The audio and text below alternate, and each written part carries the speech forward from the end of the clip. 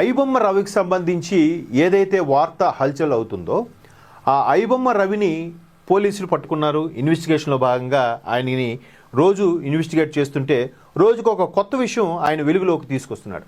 ఈ కొత్త విషయం ఏంటంటే తను సుమారుగా ఒక 24 ఛానల్స్ ఏవో కూడా పెట్టాడని, ఐబొమ్మ బప్పం లాంటివి క్లోజ్ చేసినా ఇంకా కొత్తగా పుట్టుకొస్తాయని, నెట్వర్క్ ఆ స్థాయిలో ఉందని, కరేబియన్ దీవుల్లో ఆయనకి సిటిజన్షిప్ ఉన్న ఆ స్థాయిలో నడిపిస్తున్నాడు అన్నట్టుగా చాలా విమర్శలు ఉన్నాయి. దానికి తగ్గట్టుగానే ఇక్కడ ఐబొమ్మ రవి చాలా టెక్నికల్గా చాలా డిప్లొమాటిక్గా కూడా జవాబిస్తున్నాడట. అయితే ఐబొమ్మ రవి చెప్పే ఒక్కొక్క విషయం చూస్తుంటే విస్తుపోయే అంశాలు ఉన్నాయి. ఎందుకంటే ఇవాళ రేపు డిసెంబర్ 5న అఖండ 2 తాండవం రిలీజ్ అవబోతుంది. అయితే దానికి సంబంధించిన ప్రొడ్యూసర్స్ని ఇక్కడ ఒక ఛానల్కి ఇచ్చిన ఇంటర్వ్యూలో, సార్ ఇప్పుడు ఐబొమ్మ రవిని పట్టేసుకున్నాం, మీరు ఇంకా అఖండ బ్లాక్ బాస్టర్ అయిపోతుంది, మీకు కలెక్షన్స్ వస్తాయి, మీకు ఏదైనా నష్టం ఏదైతే ఉందో ఆ నష్టం రికవర్ అయిపోతుంది అన్నట్టుగా వాళ్ళొక అడిగిన ప్రశ్నకి ప్రొడ్యూసర్ ఇచ్చిన సమాధానం ఏంటో తెలుసా? బాబు, ఐబొమ్మ రవి చేసింది దొంగతనం. జనరల్గా ఎక్కడైనా ఏదైనా దొంగతనం జరిగితే ఆ దొంగను పట్టుకుంటే ప్రపంచంలో ఇంకెక్కడ దొంగతనమే జరగదని మీరు గ్యారంటీ ఇవ్వగలరా అని అడిగారంట. Valid question. ఎందుకంటే ఐబొమ్మ రవి లాంటి ఒకరిని పట్టుకున్నారు, ఇంకెంతమంది ఉన్నారు? ఇంకా మూవీ రూల్స్ అని ఇంకో రకరకాలుగా ఇంటర్నేషనల్ డేటాబేస్ సంబంధించిన ఒక ఛానల్ కూడా ఉందంట, ఇట్లా ఆ పేర్లతో పెట్టుకున్న వాళ్ళు. సో ఇలా రకరకాలుగా వాళ్ళు పైరసీ చేసి దాన్ని మళ్ళీ 4Kగా డిజిటల్గా మార్చి ప్రజల్లోకి వదులుతున్నారు, వాడు ఫోన్లో చూసుకుంటున్నాడు. మరోవైపు ప్రజల ఆరోపణ ఏంటంటే మీరు హీరోలకి 100 కోట్లు ఇచ్చి మీరు భారీ బడ్జెట్తో సినిమా తీసి ఆ భారానంతా మా మీద ఎందుకు రుద్దుతారు అనేది వీళ్ళ ఆరోపణ. ఇప్పుడు మలయాళం వాళ్ళు, బెంగాలీ వాళ్ళు చాలా సున్నితమైన అంశంతో చిన్నగా సింపుల్గా సినిమాలు తీస్తారు, అవి హిట్ అవ్వట్లేదా? ఒక ఈ 100 కోట్లు 1000 కోట్లు పెడితేనే హిట్ అవుతుందా? ఏంటి కాన్సెప్టు? సో ఆ భారానంతా మా మీద ఎందుకు రుద్దుతున్నారు అనేది కూడా సగటు ప్రేక్షకుడి యొక్క ఆవేదన. అందువల్ల ఐబొమ్మ రవిని ఇక్కడ హీరోగా చేశారేమో. ఇప్పుడు నిన్న అఖండ దర్శకులు ఏదైతే అఖండ ప్రొడ్యూసర్స్ ఆచంట బ్రదర్స్ ఎవరైతే ఉన్నారో వాళ్ళు ఇచ్చిన స్టేట్మెంట్ చూస్తే నిజమే కదా. ఇవాళ ఐబొమ్మ రవిని పట్టుకున్నారు, రేపు ఇంకోటి వస్తాడు. ఆయనేమంటున్నాడు, ఐబొమ్మ రవి కూడా ప్రస్తుతానికైతే ఏం లేవు, అన్నీ క్లోజ్ అయిపోయి బాగా సంపాదించి హ్యాపీగా సెటిల్ అవ్వాలనుకుంటున్నా అని కూడా చెప్తున్నాడు.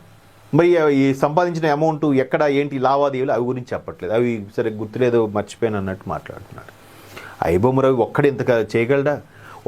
ఒక దేశంలో సర్వరు, ఒక దేశంలో IP అడ్రస్సు, ఇంకో దేశంలో నుంచి ఆపరేషన్స్ ఎట్లా? సో ఇట్లా ఎక్కడెక్కడి నుంచో శతకోటి ఉపాయాలకి అనంతకోటి దరిద్రాలు అన్నట్టుగా ఈ టెక్నాలజీ పెరిగిన తర్వాత చాలా యూజ్ఫుల్ కన్నా మిస్యూజ్ ఎక్కువ అవుతుంది. సో ఐబొమ్మ రవిని పట్టుకున్నంత మాత్రాన ఇండస్ట్రీ సేఫా అంటే క్వశ్చన్ మార్కే. కాబట్టి ఈ మార్పు అనేది ప్రజల్లోంచి రావాలి. ప్రజల నుంచి ఎందుకు వస్తుంది మార్పు? థియేటర్కి వెళ్ళాం, థియేటర్లో వాడు వెంటనే ఏం చేస్తున్నాడు, పార్కింగ్కి కనీసం పైన షర్ట్ కూడా ఉండదు, 20 రూపాయలు 30 రూపాయలు తీసుకుంటున్నాడు. ఏంటయ్యా కానీ షర్ట్ లేదంట.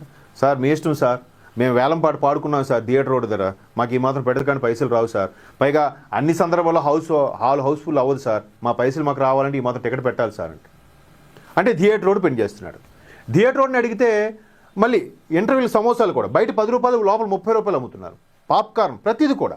ఏమంటే మేము పాడుకున్నాం మాకు అమౌంట్ రావాలంటే ఇది, పైగా ప్రతిసారి హాల్కి వచ్చిన వాళ్ళు అందరూ కొంటారని లేదు, హాల్ ప్రతిసారి హౌస్ఫుల్ అవ్వదు, శుక్రవారం రిలీజ్ అయితే శని ఆదివారం 3 రోజులు ఆడుతుంది, మళ్ళీ శుక్రవారం ఇంకో సినిమా వస్తుంది, పైగా అందరూ థియేటర్కి రావట్లేదు, థియేటర్కి వచ్చే వాళ్ళు తగ్గిపోయారు, ఈ ఐబొమ్మ లాంటి వాళ్ళ ఫోన్లో చూసుకుంటున్నారు, మేము బతకేది ఎలా అని వాళ్ళు అంటుంటే థియేటర్ యాజమాన్యం కూడా మాకు డిస్ట్రిబ్యూటర్స్ వాళ్ళకి లావాదేవీలు ఉంటాయి కాబట్టి మాకు ఒరిగేది ఏం లేదు, మాకు మిగిలేదు లేదు, కరెంటు బిల్లే రావట్లేదు, పైగా ప్రభుత్వం సబ్సిడీ ఏమి ఇవ్వదు, మినిమం ఇంత స్లాబ్ ప్రకారం వెళ్ళిపోతుంది అని వాళ్ళు అంటున్నారు.